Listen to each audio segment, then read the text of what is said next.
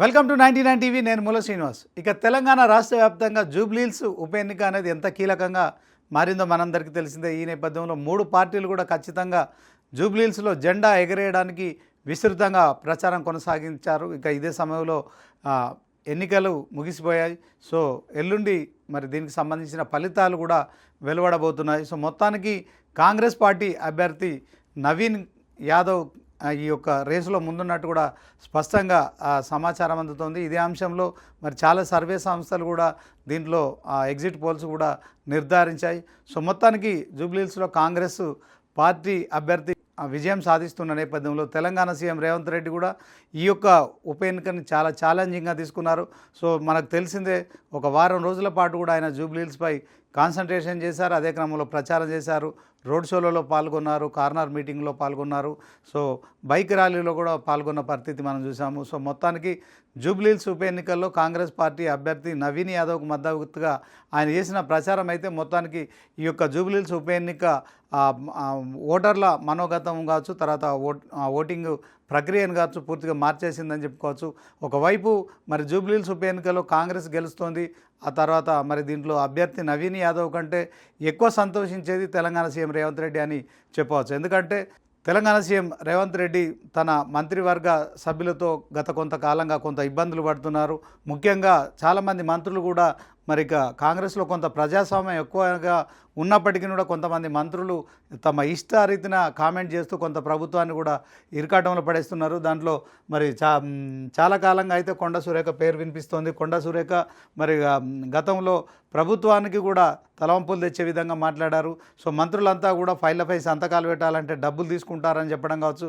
అదే క్రమంలో మరి ఆ సినిమా హీరో నాగార్జున కుటుంబంపై చేసిన కామెంట్స్ కావచ్చు. తర్వాత ఆమె ఎక్కడికి వెళ్ళినా కానీ మరి ఎప్పుడో 3 నెలలకు 6 నెలలకు ఒకసారి మీడియాతో మాట్లాడతారు.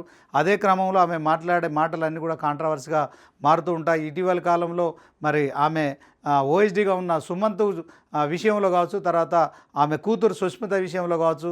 సో మరొకసారి కూడా వార్తల్లోకి ఎక్కారు.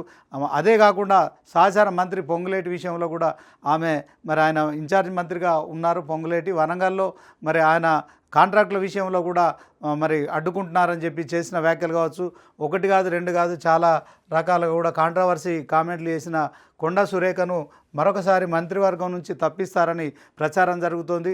సో ఓవరాల్గా కొండా సురేఖను మంత్రివర్గం నుంచి తప్పిస్తున్న క్రమంలో ఆమె భర్త కొండా మురళికి ఎమ్మెల్సీ పదవి ఇస్తారని కూడా ప్రచారం జరుగుతోంది. ఇదే క్రమంలో ఈ మధ్య కాలంలో మరి కరీంనగర్ ఉమ్మడి జిల్లాకు సంబంధించి ఉస్నాబాద్ ఎమ్మెల్యేగా ఉండి మరి రాష్ట్ర మంత్రివర్గంలో బీసీ మంత్రిగా మరి మా డైనమిక్ లీడర్గా మరి ఉన్న పొన్నం ప్రభాకర్ కూడా ఈ మధ్య కాలంలో మరి సహచార మంత్రి ఎవరైతే ఉన్నారో అడ్లూరు లక్ష్మణ్పై కూడా చేసిన కామెంట్స్ కూడా కొంత ఇటు పార్టీలో కావచ్చు అటు ప్రభుత్వానికి కొంత ఇబ్బంది కలిగించాయి.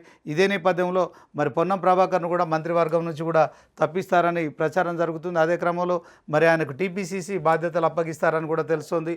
ఈ మధ్య కాలంలో మరి జూపల్లి కృష్ణారావు కూడా మరి ఆయన కూడా మంత్రిగా ఉన్నారు. సో దీంట్లో ఆయన దగ్గర పనిచేస్తున్న ప్రభుత్వ కార్యదర్శి విషయంలో కావచ్చు కొంత తగాదాలు తలెత్తాయి. సో దాంట్లో కూడా ఆయన కూడా మంత్రి పదవికి న్యాయం చేయట్లేదు. కొంత ప్రభుత్వానికి కూడా ఆయన చేస్తున్న కామెంట్స్ కొంత ఇబ్బందికరంగా మారుతున్నాయని కూడా మరి ప్రచారం జరుగుతోంది. ఇదే క్రమంలో జూపల్లిని కూడా మారుస్తారని ప్రచారం జరుగుతోంది. ఇంకొక వ్యక్తి మరి చాలా సీనియర్ వ్యక్తి కోమటిరెడ్డి వెంకటరెడ్డి, ఈయన కూడా రాష్ట్ర రోడ్లు భవనాల శాఖ మంత్రిగా ఉన్నారు. సో మొత్తానికి కోమటిరెడ్డి రాజగోపాల్ రెడ్డి వాళ్ళ సొంత సోదరుడు తమ్ముడు. ఇక ఆయన కూడా మంత్రివర్గంలో చోటు కావాలని ఈ మధ్య కాలంలో కాంట్రవర్సీ కామెంట్ చేస్తున్నారు. సో నాకు ఏఐసీసీ నుంచి మరి ఏదైతే బీజేపీ నుంచి కాంగ్రెస్లోకి మరొకసారి మారుతున్న క్రమంలో నాకు ఖచ్చితంగా ఎమ్మెల్యేకే గెలిస్తే మంత్రి పదవి ఇస్తారు. సో ఆ మంత్రి పదవి నాకు మొదటిసారి రాలేదు, రెండోసారి రాలేదు, సో మూడోసారి ఖచ్చితంగా కావాలని ఆయన పట్టుబడుతున్నారు. అదే క్రమంలో ఆయన తెలంగాణ సీఎం రేవంత్ రెడ్డిపై కూడా చాలా విమర్శలు చేస్తున్నారు. ఇది కొంత మరి ఆ విమర్శల కారణంగా మరి కోమటిరెడ్డి వెంకటరెడ్డిని తీసి తర్వాత కోమటిరెడ్డి రాజగోపాల్ రెడ్డిని మంత్రివర్గంలోకి తీసుకుంటారని చర్చ కూడా జరుగుతోంది. సో మొత్తానికి నలుగురు మంత్రులు ఎవరైతే ఉన్నారో వీళ్ళందరినీ కూడా తప్పించేసి మరొక నలుగురిని కూడా మరి మంత్రివర్గంలోకి అంటే రీఫిల్ చేయడం, దీంట్లో విస్తరణం కాకుండా దీన్ని పునర్వ్యవస్థీకరణం చేసే దిశగా తెలంగాణ సీఎం రేవంత్ రెడ్డి పావులు కలుపుతున్నాడు స్పష్టంగా తెలుస్తుంది. సో ఈ నలుగురు ప్లేస్లో మరి ఇక కొండా సురేఖ ప్లేస్లో మరి మహిళా మంత్రిగా విజయశాంతికి అవకాశం ఇస్తారని తెలుస్తుంది. ఎందుకంటే ఈమె లేడీ సూపర్ స్టార్, అదే క్రమంలో సినీ గ్లామర్ కూడా పనిచేస్తుంది కనుక రానున్న ఎన్నికల ప్రచారంలో ఈమెను వాడుకునే విధంగా కూడా మంత్రి పదవి కేటాయిస్తారని ప్రచారం జరుగుతుంది. అదే క్రమంలో ఇందాకే మనం కోమటిరెడ్డి వెంకటరెడ్డి స్థానే మరి ఆయన ఇంట్లో ఆయన సొంత తమ్ముడైన కోమటిరెడ్డి రాజగోపాల్ రెడ్డికి భర్తీ చేసే అవకాశం ఉందని ప్రచారం జరుగుతుంది. సో అదే క్రమంలో మరి పొన్నం ప్రభాకర్కి టీపీసీసీ పదవి ఇస్తున్నారు. అదే క్రమంలో పొన్నం ప్రభాకర్ను మంత్రివర్గంలోంచి తప్పించి సో ఆయన స్థానే మరి ఇక మహేష్ కుమార్ గౌడ్, టీపీసీసీ చీఫ్గా ఉన్న మహేష్ కుమార్ గౌడ్ ఎమ్మెల్సీగా ఉన్నారు కనుక ఆయనను కూడా మంత్రివర్గంలోకి తీసుకుంటారని ప్రచారం జరుగుతుంది.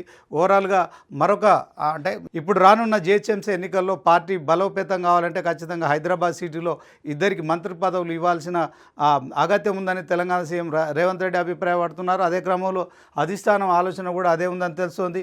అదే కనుక జరిగితే మల్రెడ్డి రంగారెడ్డి కూడా తను మరి గ్రేటర్ హైదరాబాద్ పరిధిలో ఉన్న 25 నియోజకవర్గాల్లో తాను ఒక్కడే కాంగ్రెస్ పార్టీ ఎమ్మెల్యేగా గెలిచాను 2023లో. సో ఖచ్చితంగా నాకు మరి మంత్రి పదవి కావాలని పట్టుబడుతున్నారు. సో మల్రెడ్డి రంగారెడ్డి కూడా మరి క్యాబినెట్ పదవిలోకి తీసుకుంటారనే ప్రచారం జరుగుతుంది. సో మొత్తానికి ఒక నలుగురి విషయంలో మరి మార్పులు చేర్పులు చేస్తూ అదే క్రమంలో నలుగురిని కొత్త వాళ్ళను కూడా మంత్రివర్గంలోకి ఫుల్ఫిల్ చేస్తారు. సో మొత్తానికి ఇప్పటికీ మరొక 2 మంత్రి పదవులు కూడా ఖాళీగా ఉన్నాయి. సో దాంట్లో మరి 3 పేర్లు వినిపిస్తున్నాయి. సో ఇద్దరిని మంత్రివర్గాల విస్తరణ చేస్తున్న క్రమంలో మరొక ఇద్దరిని కూడా మరి ఖాళీగా ఉన్న బెర్తులను కూడా ఫుల్ఫిల్ చేయాలి. దాంట్లో ఇప్పటికి ఒక 3 పేర్లు అయితే మనకు స్పష్టంగా వినిపిస్తున్నాయి. సో ఓవరాల్గా మరి నవీన్ కుమార్ యాదవ్, సో ఈయన కూడా ఇప్పుడు జూబ్లీహిల్స్కు సంబంధించిన ఎమ్మెల్యేగా పోటీ చేశారు, కాంగ్రెస్ అభ్యర్థిగా విన్నింగ్ రేస్లో ఉన్నారు. సో ఒకవేళ నవీన్ కుమార్ యాదవ్ కనుక గెలిస్తే సో యాదవ్ కోటాలో అతనికి కూడా మంత్రి పదవి ఇచ్చే అవకాశం ఉందనే చర్చ కూడా ఇప్పుడు వినిపిస్తుంది. అఫ్కోర్స్ ఇంకా రిజల్ట్ రాలేదు, కానీ రిజల్ట్ కనుక వచ్చి భారీ మెజార్టీతో కనుక అంటే బీఆర్ఎస్ పార్టీకి ఇది చాలా ప్రతిష్టాత్మకమైన ఎన్నిక కనుక సో నవీన్ కుమార్ యాదవ్ కనుక గెలిస్తే ఖచ్చితంగా మంత్రివర్గంలోకి తీసుకుంటారనే ప్రచారం జరుగుతోంది.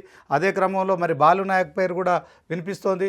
సో మొత్తానికి బాలునాయక్ కూడా మంత్రివర్గంలో చోటు కావాలని అడుగుతున్నారు. ఎందుకంటే ఈ యొక్క ఎస్టీలకు సంబంధించిన అంశంలో మరి వాళ్ళ సామాజిక వర్గాన్ని కూడా పూర్తి స్థాయిలో మరి సంతృప్తి చేయాలంటే ఖచ్చితంగా బాలునాయక్ లాంటి వాళ్ళ సీనియర్లకు కూడా మంత్రి పదవి ఇవ్వాల్సిన అవసరం ఉందని మరి తెలుస్తోంది. అదే ప్రచారం జరుగుతోంది. గాంధీ భవన్లో కూడా ఇలాంటి చర్చ అయితే కొనసాగుతోంది.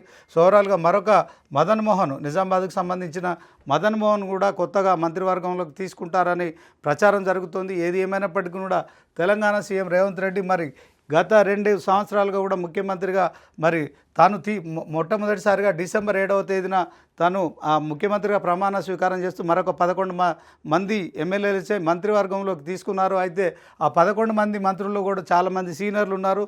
సో వీళ్ళంతా కూడా సీనియర్లు అని చెప్పి ఆయన తీసుకున్నారు. కానీ కొంతమంది తాము మంత్రులమైన అత్యుత్సాహంతో కొన్ని చేస్తున్న కామెంట్స్ ఏవైతే ఉన్నాయో ప్రభుత్వానికి కొంత తలవంపులు తెచ్చేదే కొంత ఇబ్బందికరంగా మారుతున్న నేపథ్యంలో ఖచ్చితంగా తెలంగాణ సీఎం రేవంత్ రెడ్డి జూబ్లీహిల్స్ తర్వాత ఖచ్చితంగా మరి మా మంత్రివర్గంలో మార్పులు చేస్తారు. సో తెలంగాణ సీఎం రేవంత్ రెడ్డి ఇప్పటికే అధిష్టానాన్ని కూడా ఈ విషయం చెప్పినట్టు తెలిసింది.